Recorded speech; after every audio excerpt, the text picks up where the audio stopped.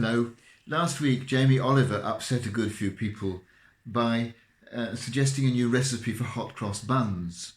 He put in a tweet that he had a recipe in which the main tasting ingredients were cheese and chives, and would anyone like it? To which at least one person replied simply, no. Someone else said, I know that food evolves, but when it comes to hot cross buns, I like what's traditional.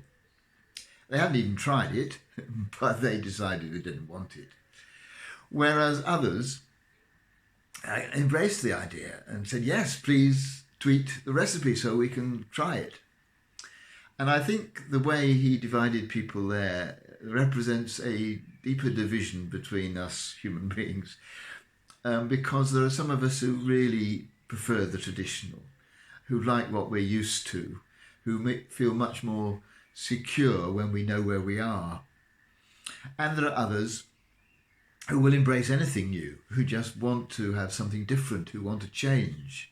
And of course, most of us lie somewhere in between those two extremes.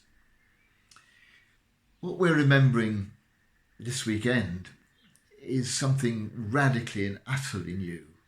The resurrection of Jesus was something that was completely beyond the experience of those first disciples who knew it firsthand. And it's very hard for us all these centuries later to embrace what it meant, because it was so out of the ordinary, so extraordinary. And yet it was something to which the disciples committed themselves utterly, even many of them putting their lives at risk for it. Because I guess they saw in this powerful experience they had of Jesus being alive again, the truth that human cruelty and wickedness, that death, that suffering, that these things were never going to have the last word. That what Jesus showed by being alive again and having defeated those things was that in the end it was love and joy and peace that were ultimately going to triumph. And this was something they thought it was worth committing themselves to, and the resurrection convinced them of the truth of it. I don't know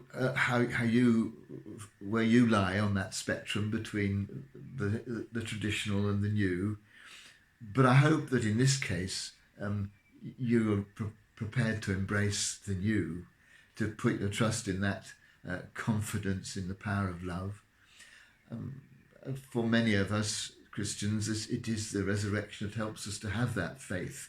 For others, they will have just an instinctive assumption that in the end, what triumphs is good. But let's accept that that is a new thing. It's something that is not the most obvious belief as we look around us at the world today. But let's embrace it and commit ourselves to it. And let's find ways of committing ourselves to new things in other areas too. Not everything that's new is good, but I wouldn't want to miss something new by not being at least prepared to try it.